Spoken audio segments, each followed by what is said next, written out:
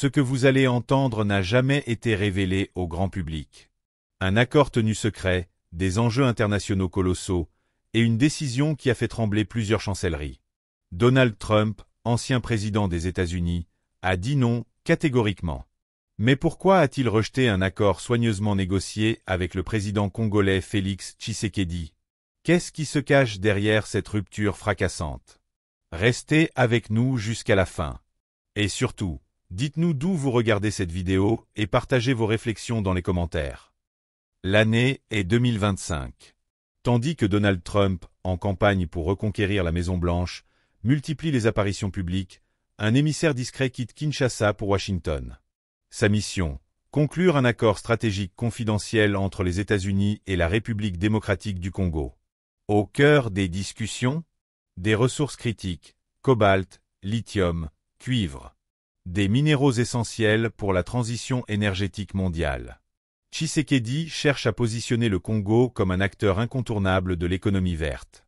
Trump, quant à lui, voit une opportunité géopolitique de contrer l'influence chinoise en Afrique.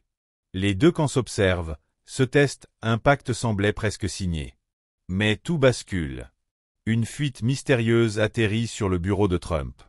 Un rapport classé top secret évoque des liens douteux entre certains acteurs économiques congolais et des sociétés offshore accusées de blanchiment. L'équipe Trump s'alarme. Conclure un accord dans ce contexte serait un suicide politique, surtout à quelques mois des élections. Donald Trump entre en colère.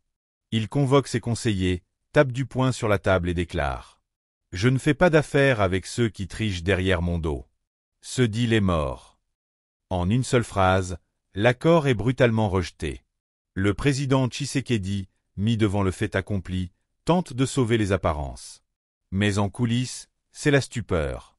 Plusieurs investisseurs se retirent. Des projets miniers sont gelés. L'opinion congolaise commence à s'interroger. Qu'est-ce que notre gouvernement a voulu cacher? Pendant ce temps, Trump utilise cette rupture comme argument de campagne. Je protège l'Amérique contre les accords corrompus. Voilà la vérité. Et pourtant, certains analystes pensent qu'un lobby pétrolier américain, inquiet de l'essor des énergies vertes, aurait secrètement poussé Trump à abandonner l'accord pour ralentir la montée du cobalt africain sur le marché mondial. Mais ce n'est pas tout. Une source anonyme à Kinshasa affirme que l'accord contenait une clause secrète, la construction d'une base militaire américaine dans l'est du Congo, sous prétexte de lutte contre les groupes armés. Cela aurait provoqué des divisions internes au sein du gouvernement congolais et éveillé la méfiance de Trump lui-même. Dès que la clause sur la base militaire américaine dans l'est du Congo a été révélée à certains membres influents du gouvernement congolais, une onde de choc a secoué les coulisses du pouvoir à Kinshasa. Des voix se sont élevées. Autoriser une puissance étrangère à installer une base chez nous, dans une zone déjà instable, c'est ouvrir la porte à une nouvelle forme de colonisation déguisée. Les généraux de l'armée, déjà méfiants vis-à-vis des interférences internationales dans la région du Kivu, ont menacé de désobéissance silencieuse. Certains ministres proches des milieux d'affaires occidentaux, eux, voyaient dans ce partenariat une opportunité de sécurité et d'investissement. Le président Tshisekedi, pris entre deux feux, hésitait. Devait-il écouter les patriotes qui défendaient la souveraineté nationale? Ou céder aux pressions de ses alliés économiques internationaux? C'est dans cette zone grise de doute qu'un message confidentiel est parvenu jusqu'aux oreilles de Donald Trump. Le message, transmis par un ancien diplomate africain proche des réseaux trumpistes, disait ceci. « Monsieur le Président, tout n'est pas net. Il y a de la résistance au sommet de l'État congolais. Vous risquez de signer un accord avec un pouvoir divisé, prêt à imploser à la moindre crise. » Trump, qui se veut homme fort, déteste l'instabilité. Pour lui, un gouvernement divisé est un gouvernement faible. Et un partenaire faible, c'est un risque. Immédiatement, il convoque une réunion d'urgence avec ses conseillers en sécurité et stratégie internationale. Ce jour-là, un coup de fil est passé à Kinshasa, sec et sans diplomatie. Monsieur Président, the deal is off. This partnership is no longer in America's interest. La présidence congolaise est prise de court. Les conseillers s'agitent. L'ambassade américaine refuse de commenter. Les médias internationaux flairent un scandale, mais le silence officiel domine. À huis clos, Tshisekedi est furieux. Comment ose-t-il se retirer sans discussion? Que cherche-t-il réellement? Mais c'était déjà trop tard. Les conséquences de ce rejet brutal commencent à se faire sentir. Et des projets d'infrastructures suspendus. Des promesses d'investissement miniers gelées. Une perte de crédibilité diplomatique pour Kinshasa sur la scène internationale. Aujourd'hui, dans les coulisses du pouvoir congolais, certains parlent d'un plan de revanche diplomatique. D'autres, plus réalistes, estiment qu'il faut tourner la page et renforcer les alliances régionales africaines au lieu de tout miser sur les grandes puissances. Et Donald Trump? Il continue sa campagne. Lors d'un meeting en Floride, il lance une phrase mystérieuse. Nous avons refusé un accord dangereux avec un pays instable. C'est ça, protéger l'Amérique. Mais ceux qui savent que cette affaire n'a pas révélé tous ses secrets. Car au moment même où Washington rompait brutalement les négociations, une mystérieuse fuite d'informations secouait les services de renseignement congolais. Un dossier confidentiel, intitulé Opération Saphir Noir, atterrissait entre les mains d'un conseiller spécial à la présidence. Ce document, marqué Top Secret Eyes Only, révélait que l'accord annulé avec les États-Unis allait bien au-delà de la simple installation d'une base militaire. Il s'agissait d'un plan en plusieurs phases. Déploiement de troupes sous prétexte de lutte contre le terrorisme, contrôle progressif de certaines zones minières du Nord Kivu, puis mise en place d'un réseau d'écoute satellitaire sur l'ensemble de la région des Grands Lacs. En clair, une prise stratégique de position à long terme, sous le voile d'un accord bilatéral. Lorsque le président Tshisekedi lut ces lignes, il comprit qu'il avait frôlé une erreur historique. Ce que Trump avait rejeté sans ménagement aurait pu déclencher une onde de choc au cœur même de l'Afrique centrale. Mais un doute persistait. Comment Trump avait-il été averti du malaise interne, et surtout, pourquoi avait-il annulé avec autant de brutalité? Une enquête discrète fut lancée. Les premiers soupçons se tournèrent vers un haut fonctionnaire congolais, formé aux États-Unis, qui aurait servi de canal entre l'administration Tshisekedi et un groupe de pression proche de l'ex-président américain. L'homme, aujourd'hui disparu des radars, aurait remis à un émissaire de Mar-a-Lago une clé USB contenant des documents ultrasensibles, prouvant que Kinshasa n'avait pas l'unanimité de son gouvernement sur le partenariat. Cette trahison interne aurait été la goutte de trop pour Trump, déjà méfiant envers les gouvernements inconstants. Ce n'était pas un simple rejet. C'était une gifle diplomatique calculée. Mais ce que personne ne savait, c'est que des puissances rivales avaient profité de cette rupture pour s'infiltrer dans le jeu. À peine 2 semaines après l'annonce de l'échec de l'accord, une délégation chinoise posait discrètement le pied à Kinshasa. Pas de caméra, pas de discours. Juste des mallettes noires, des contrats et une proposition. Ce que les Américains n'ont pas voulu, nous sommes prêts à le réaliser, à notre façon. Aujourd'hui, pendant que l'opinion publique croit encore à une simple incompréhension diplomatique, les vraies négociations ont repris. Mais dans l'ombre. Avec de nouveaux acteurs. Et un enjeu plus vaste, le contrôle du cœur stratégique de l'Afrique. Car si Trump s'est retiré du jeu, d'autres, eux, avancent leurs pions. En moins de 3 mois, les signes sont devenus visibles. Les convois diplomatiques chinois, autrefois discrets, circulent désormais sous escorte dans les artères de Kinshasa. Des projets d'infrastructures surgissent comme par magie dans les provinces. Routes bitumées, hôpitaux modernes, pylônes télécoms. En apparence, c'est un miracle économique. Mais en coulisses, c'est une emprise subtile qui s'installe. Pékin n'offre rien sans contrepartie. Derrière chaque projet se cache une clause invisible à l'œil du citoyen lambda. Concessions minières prolongées sur 25 ans, droit de regard sur les ports stratégiques, et même, selon certaines sources, aide logistique pour la cybersurveillance à grande échelle. Face à cette avancée fulgurante, Tshisekedi commence à douter. Il se rappelle la rudesse de Trump, mais aussi la clarté de son rejet. Les Chinois, eux, sont polis, courtois, mais insaisissables. Ils ne parlent jamais directement de leurs intentions. Ils promettent, ils construisent, et quand l'État congolais prend conscience des engagements, il est déjà trop tard. C'est dans ce climat tendu qu'un appel inattendu parvient à la présidence. Un proche collaborateur de Donald Trump, aujourd'hui reconverti en conseiller privé, demande une rencontre informelle avec Tshisekedi, à Kigali, loin des regards. L'objectif? Réexaminer certaines opportunités stratégiques. Tshisekedi hésite. Est-ce un piège? Une tentative américaine de reprendre le contrôle après avoir tourné le dos? Ou peut-être une chance de revenir au centre du jeu mondial en jouant les 2 camps à la fois? Le président finit par accepter. Mais il prend une décision capitale. il ne se rendra pas seul à la rencontre. À ses côtés, il emmène un jeune conseiller stratégique qu'il garde dans l'ombre depuis des mois, un ancien de la diaspora formé en Europe, réputé pour sa capacité à lire entre les lignes et anticiper les mouvements géopolitiques comme aux échecs. Ce que personne ne sait encore, c'est que ce conseiller a déjà un plan. Il a compris que ni les États-Unis, ni la Chine ne sont là pour le bien du Congo. Ils veulent la position, les ressources, l'influence. Et pour la première fois depuis des décennies, il veut inverser la donne. Ce qu'il prépare, c'est un choc. Un troisième chemin. Une coalition panafricaine secrète, discrètement en train de se former, de Nairobi à Dakar, en passant par Brazzaville. Des chefs d'État fatigués de jouer les seconds rôles dans un théâtre de puissances étrangères. Une nouvelle voie. Un nouveau pacte. Et si le Congo, rejeté par Trump et courtisé par la Chine, devenait le cœur d'une renaissance géopolitique africaine? Le compte à rebours est lancé. Dans les coulisses de Kigali, tandis que les projecteurs du sommet officiel masquent les véritables enjeux, la réunion secrète entre Tshisekedi, son conseiller stratégique, et l'émissaire de Trump a lieu dans une villa discrète, gardée par des forces spéciales rwandaises. Les regards sont tendus. Le silence, pesant. L'émissaire américain ne perd pas de temps. Il déplie une carte numérique du Congo sur sa tablette. Il désigne plusieurs zones en rouge, cobalt, lithium, uranium. Puis, calmement, il pose la question. Et si on reprenait les négociations, mais cette fois, selon vos termes?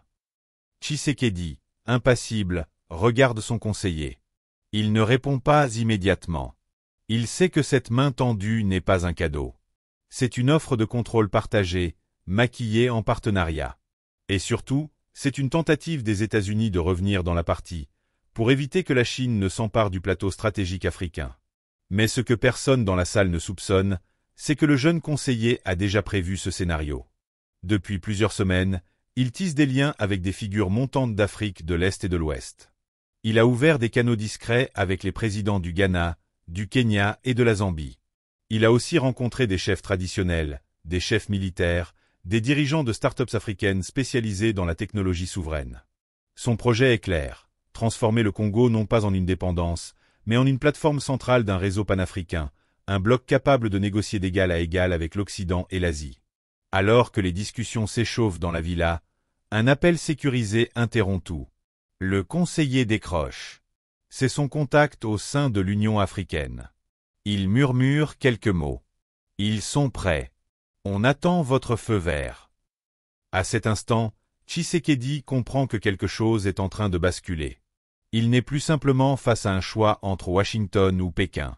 Il est face à une opportunité historique, celle de faire du Congo un acteur central, non pas un spectateur du jeu mondial. Le silence revient dans la pièce. Puis, calmement, il s'adresse à l'émissaire américain. Ce n'est plus le temps des accords secrets. C'est le temps des pactes visibles. Et cette fois, c'est l'Afrique qui dicte ses conditions. Ce moment marque un tournant. De retour à Kinshasa, l'État congolais commence à poser de nouveaux jalons.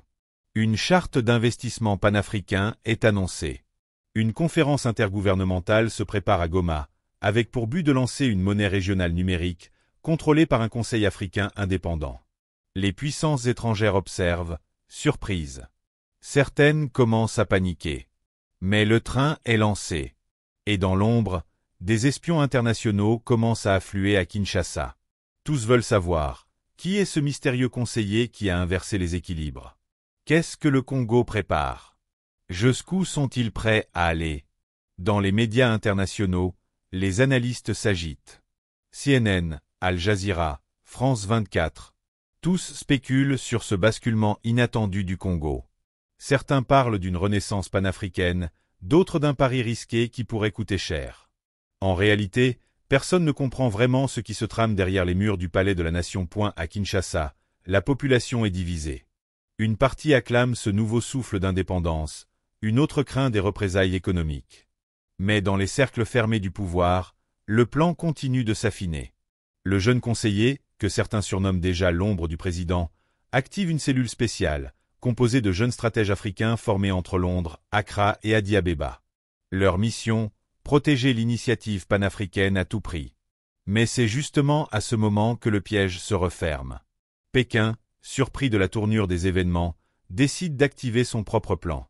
Officiellement, la Chine reste silencieuse.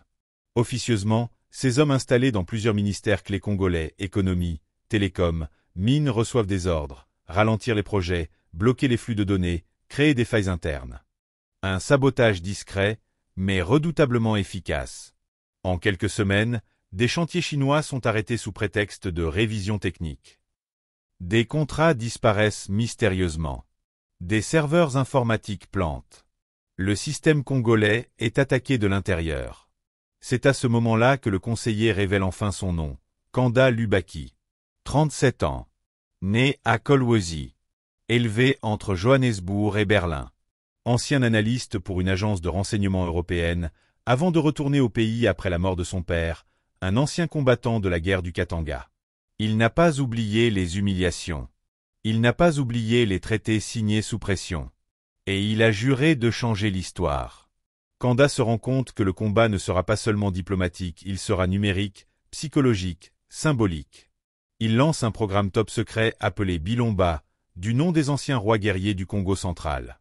Objectif: mettre en place une cybersécurité 100% africaine, créer des firewalls indépendants, réécrire les bases de données, et surtout expulser les technologies étrangères infiltrées. Dans l'ombre, les alliances se reforment. Le Ghana envoie discrètement des experts en cryptographie. Le Rwanda, par l'intermédiaire d'un pacte discret, offre une base de test. Le Bénin fournit une équipe de juristes pour rédiger la première charte numérique souveraine du continent. Mais les ennemis ne dorment pas. Un rapport confidentiel parvient aux États-Unis. Un attentat serait en préparation contre Kanda. Une alliance de multinationales, de politiciens corrompus et de barbouzes internationaux voit d'un très mauvais œil cette montée en puissance africaine. Car ce que l'Afrique est en train de faire, c'est se réveiller. Et pour la première fois, ce n'est pas avec des armes. C'est avec des cerveaux, une vision, et une colère silencieuse qui dure depuis des siècles. Ce n'est pas avec des armes. C'est avec des lignes de code, des serveurs répliqués dans des bunkers de fortune, des réunions nocturnes entre jeunes cerveaux africains éparpillés sur 3 continents, reliés par des connexions VPN sur des réseaux instables. C'est avec des idées, des mots, des rêves lucides ancrés dans une rage ancienne. Une révolution digitale, invisible à l'œil nu mais violente dans son impact. Kanda Lubaki le sait, le temps est compté. Le programme Bilomba doit entrer en phase active. Plus question de temporiser.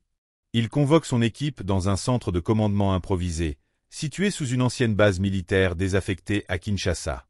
Aucun téléphone, aucun accès à Internet. Les portes se verrouillent automatiquement.